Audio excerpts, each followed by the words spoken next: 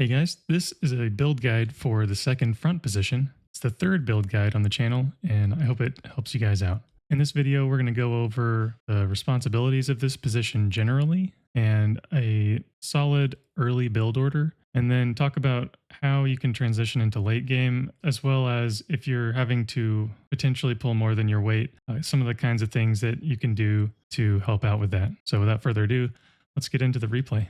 All right, let's get it. So to start with, you go 3 mechs, 1 solar, and 2 wind. Now, a lot of times, and for this replay, I'm just going to talk over this playing in the background. So I'm just going to talk through what's going on here. I may pause along the way and talk about some things at certain points, but for now, we'll just talk through it. So yeah, 3 mechs, 1 solar, 2 wind. Sometimes pond will give you 4 winds, and that helps a bunch here. Especially if the wind dips. If the wind doesn't dip too low, you won't stall. You might stall a little bit, but it won't be a ton. Usually, if the wind is working with you, you may need to build a couple more winds if it's really, really bad. But generally, this is a good balance. So you can see a queue up down there. 1 res, 4 ticks, another res, and then a con. And so those early ticks are important. You see me drawing a line there. It's to cut off that lane. So part of the responsibilities of this position is to stop leaks. And the ticks accomplish, well, 2 things. They stop leaks, and then you can use them for early harassment. If you're new to the channel and you haven't seen other videos of mine, you know I'd like to get in early harassed with the ticks. So it helps a lot when you do that. Now, because you can put a lot of pressure out. So you see I'm boosting out this reser, so I'm going to use this guy to take the trees just around my base.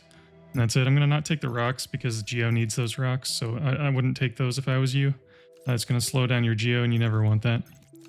So these ticks are going to move up. I'm not going to micro them or anything. This is just a replay of me playing by myself, so there's nothing to micro against, but you can imagine them doing something useful. Now, I'm queuing up a con turret here after the second reser comes out so that I can have enough build power in my base and move my con out of my base. This build power is great. You can see it just levels out. You see the wind is kind of working with us here.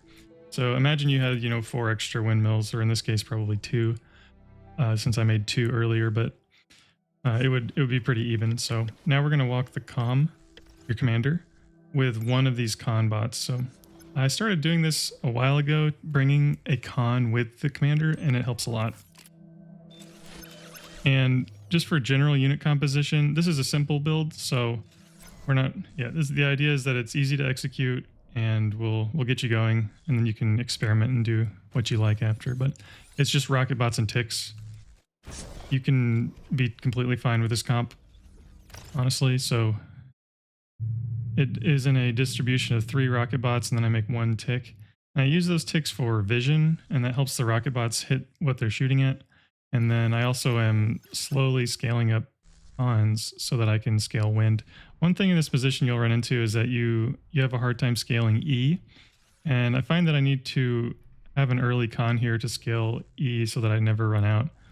You see I circle up there. Sometimes if wind is really high, or if you have a couple extra windmills, you can build like an early converter and use your con turret to boost it out.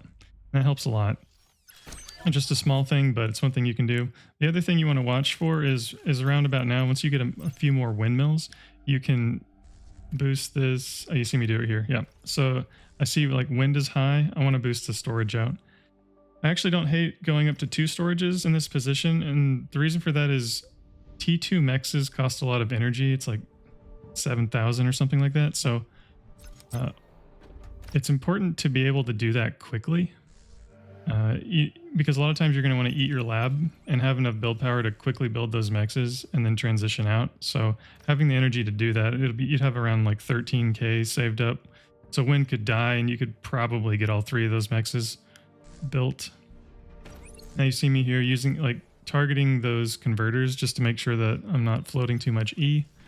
We're going to pretend like I'm microing, getting insane value with these rocket bots right now. I'm going to pause right here real quick.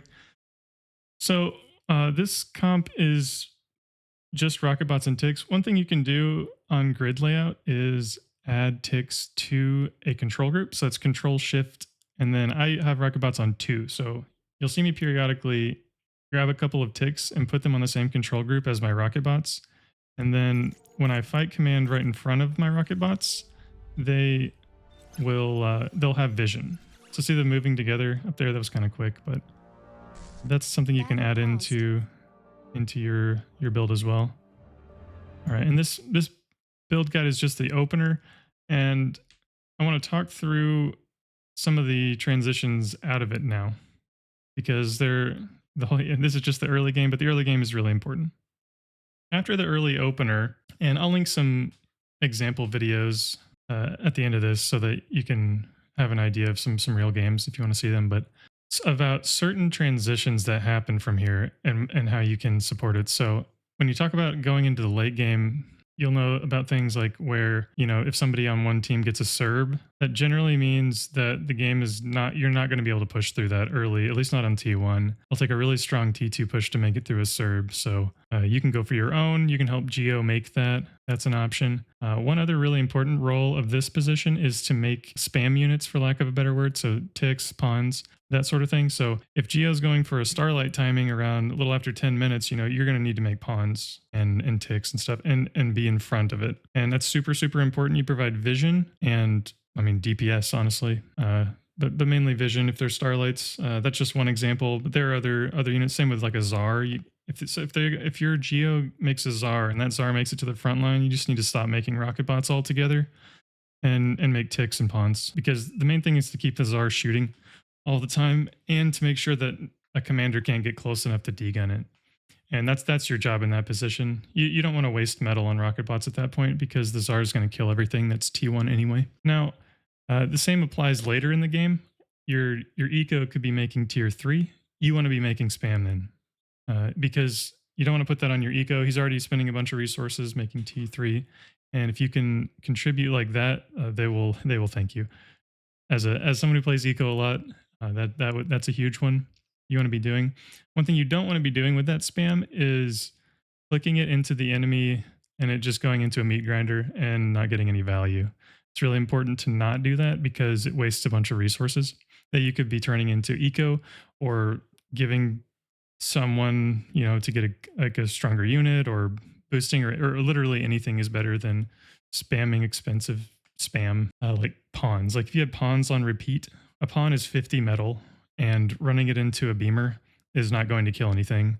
Not really going to give you as much vision anyway, and it doesn't really apply any pressure. So you just want to be really careful with that. I see a lot of newer frontliners do that especially. All right, and for the last section, I want to talk about how you can maybe pull a little more weight than you would otherwise. Like, where does this go if you have a lot of responsibility, like your high OS or things like that? Like, what can you do to, I guess, pull your weight or the right amount of weight? You can end up having to do a lot from this position is actually kill the GOC player. So a really strong transition you can do here is, once you get your 4.3 max and try to lock that down, you always want to try to lock your 4.3 max down and prevent the other team from having theirs. But if you can lock that down, you'll have a lot of metal income. And if you can get a fusion, you can begin to make, tumbleweeds, you can make platies, and you can help put pressure on the GOC player. The main thing with that is you don't want the GOC player to win. When GOC wins, you don't get to play the game from this position, and neither does Geo, and then your Beach C player is also dead. So it can kind of just end up falling on you, even though you have to hold front. So in that case, if you can get a Serb and then scale a little bit to try to fill that gap, and then that's pretty important to be able to do. One more aggressive transition you can do is you can go T3. So if you have a couple of those 4.3s, you can actually afford T3 pretty quickly. Like, you can be over 100 metal per second fairly early in the game, and you can transition to T3 and push. I have a video coming out here in a bit with a catapult transition, which is pretty funny.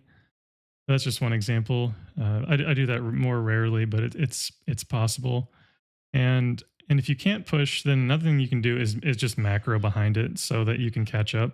You do have more mexes than other positions, so you can turn that into eco and in not really too much time at all, scale enough wind fusions and quickly get to an aphis economy scaling. I tend to scale my aphis not here. I see people build aphis in this position. I wouldn't do that. I mean, at this location, right? Where my lab is, for example, I wouldn't build an aphis here. You're too close. I'm not a fan of proxying build power personally, but this position's far too exposed to put an aphis there. It's just too all in for me. Even though I see people do it all the time and it works, but it just bothers me. So I'll go to the back somewhere and make my real base, if you will. And then there's of course, if air needs help, making anti-air in this position, like after you get a fusion, I tend to make anti-air. So that's chainsaws. I tend to make beamers as well. A lot of stuff can come through your base here, and if you can have like 4, 5 chainsaws in it, it makes it really hard for the air player to get a lot of value. And you're also protecting your geo, so that makes it where they have to kind of go around you, and that can be really strong if you can afford it. And then carrying past that is just going to turn into you scaling and out macroing and that sort of thing, and managing your economy, which is definitely more than can be encompassed in this video. But I'll in some of the videos I'll link, there'll be examples of what that looks like as well. So I hope you guys enjoyed the video and hope you learned something. If you learned something and you want to like, subscribe, appreciate it. We're actually almost to 1,000 subscribers, which is hard to believe. Thank you to everyone that's already subscribed, and I'll see you guys in the next one.